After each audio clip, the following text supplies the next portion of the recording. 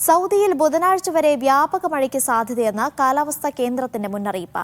റിയാദിലും പരിസരങ്ങളിലും ശക്തമായ മഴയ്ക്ക് സാധ്യതയുള്ളതായി മുന്നറിയിപ്പ് വ്യക്തമാക്കുന്നു. താഴ്ന്ന പ്രദേശങ്ങളിലും വെള്ളക്കെട്ടിന് സാധ്യതയുള്ളയിടങ്ങളിലും താമസിക്കുന്നവർ ജാഗ്രത പാലിക്കാൻ സിവിൽ ഡിഫൻസ് നിർദ്ദേശം നൽകി. സൗദിയുടെ മിക്ക ഭാഗങ്ങളിലും ശക്തമായ മഴയ്ക്ക് സാധ്യതയുള്ളതായി ദേശീയ കാലാവസ്ഥാ കേന്ദ്രം മുന്നറിയിപ്പ് നൽകി. തലസ്ഥാനമായ റിയാദിലും പരിസര പ്രദേശങ്ങളിലും മഴ ശക്തമാകുമെന്നും മുന്നറിയിപ്പ് വ്യക്തമാക്കുന്നു. ഇതിനിടെ റിയാദിലും കിഴക്കൻ പ്രവിശ്യയുടെ വിവിധ ഭാഗങ്ങളിലും ഇന്ന് മഴ ലഭിച്ചു. ഇടിമിന്നലോടുകൂടിയ മഴയാണ് പല ഭാഗങ്ങളിലും ലഭിച്ചത്. ശീതക്കാറ്റും അനുഭവപ്പെട്ടു വരുന്നുണ്ട്.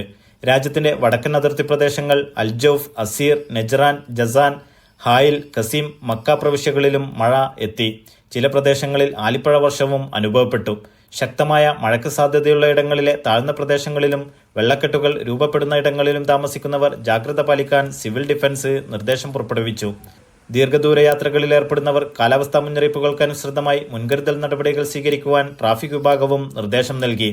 Naushad, media 1, Dammam.